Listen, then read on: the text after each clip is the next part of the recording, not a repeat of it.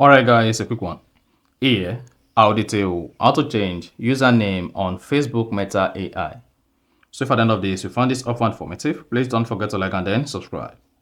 Now the first thing you want to do is go ahead and open the Meta AI application on your phone. Sign into your account, and if already signed in, click on the profile picture at the top right. Then locate and click on View Profile. Once you click on that, click on the Edit button at the top right. Then you should see your username. To change username, delete the existing username and type in a new username. After that, go ahead and click on the Save button at the top right. Then you should say if username is available, you'll be able to save it.